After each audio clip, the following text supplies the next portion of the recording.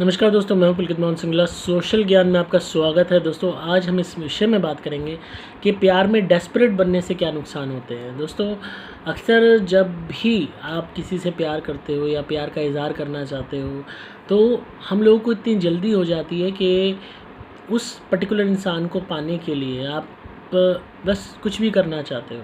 हमेशा यूँ कह लो कि एक सबसे पहली कतार में सबसे पहले इंसान की तरह रहना चाहते हो।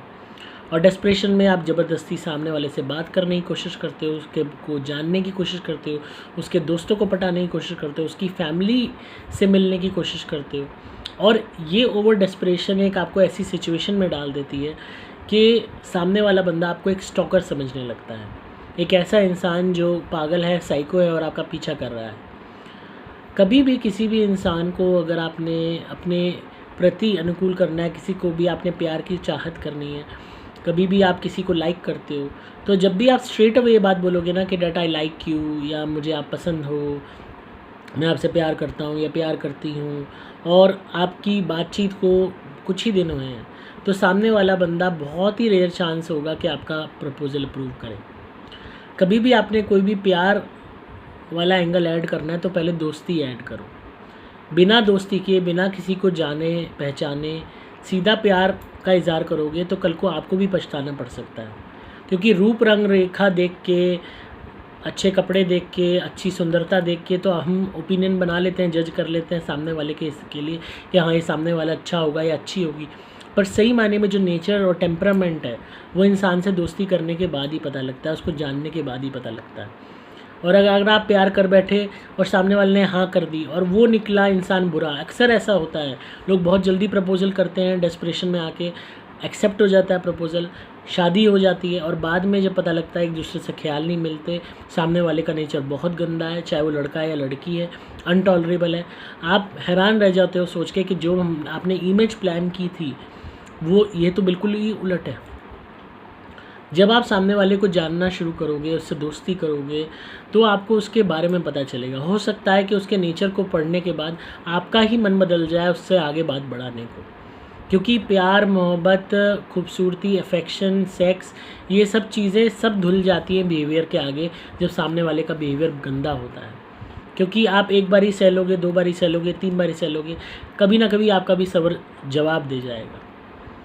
और आपके आगे फिर वो खूबसूरती भी एक हल्की फीकी लगेगी आपको, वो रूप भी, वो कपड़े भी, वो पैसा भी, वो सब फीका लगेगा। स्पेशली अगर सामने वाला आपको अच्छे से ट्रीट नहीं कर रहा, आपकी बेइज्जती कर रहा है, आपको डांटता है या आपको डांटती है, आपको टोकती है और आपका अपमान होता है बार बार, तो ऐसे सोने को आप कैसे कानों में पहन पाओगे जो आपके कानों को काट रहा है। तो डेस्परेशन जब भी दिखाओगे तो एक तो आपकी वैल्यू कम होगी, सामने वाला बंदा आपको उठाईगिरी समझेगा कि भाई इसकी तो कोई औकात ही नहीं है, तो यूं ही है। और सबसे बड़ी बात है, उस इंसान को बिना जाने आप एक तरीके से खाई में ही छलांग लगा रहे हो सोच के कि आपको नीचे कोई संभालने वाला मिल जाएगा। हमेशा जितना आप पीछे रह के आगे की तरफ बढ़ोगे, बिना ज़्यादा ओवर पॉजेसिवनेस दिखाए, बिना डेस्परेशन दिखाए, उतने आपके चांसेस बढ़ेंगे उस अफेयर को, एक दोस्ती को अफेयर बनाने में, एक रिलेशनशिप बनाने में, एक प्यार बनाने में। अगर सही मायने में आपकी इंटेंशंस अच्छी हैं तो मैक्सिमम लोगों की सिर्फ सेक्स करने की इंटेंशन होती है, इन्फैचुएशन हो जाता है, बॉडी में हार्मोन्स सिक्रीट हो जाते हैं एंड खून गर्म हो जाता है and they just want to have sex. और इसी भावना के साथ बस वो ओवर डेस्परेशन में प्यार का इज़हार वगैरह वगैरह बुलशिट बोलते हैं। और एंड में जब सेक्सुअल नीड ख़त्म हो जाती है, वो सेटिस्फाई हो जाते हैं, वो आगे बढ़ जाते हैं। और ये भावना मैक्सिमम लोग समझते हैं आपकी। रोटी हर कोई खाता है, क्योंकि उनमें भी कभी ना कभी ऐसी भावना उत्पन्न हो सकता है, हुई हो। तो किसी भी लॉन्ग रिलेशनशिप के लिए, किसी भी एक्चुअल रिलेशनशिप के लिए, किसी भी जेन्युइन रिलेशनशिप के लिए एक दूसरे को जानना, दोस्ती करना बहुत ज़रूरी है, एक दूसरे को वक्त देना बहुत ज़रूरी है। तभी जाके आप आगे अगर प्यार मोहब्बत में बढ़ते हो, और उसमें भी फिज़िकल होने से पहले आपको लगता है कि आप इस इंसान के बगैर नहीं रह सकते, then it is a true love. तभी आप उसमें आगे सेक्स के प्रति आगे बढ़िए। अगर आप सेक्स के बेस पर डिसाइड कर रहे हो कि मैं इसके बगैर रह सकता हूँ या नहीं रह सकता, तो आपको सिर्फ एक सेक्सुअल पार्टनर चाहिए। You are not looking for love. तो पहले अपने थॉट्स को क्लियर करो, अपने माइंड को क्लियर करो कि आप वाकई में क्या चाहते हो, एंड उसी हिसाब से एक्ट करो।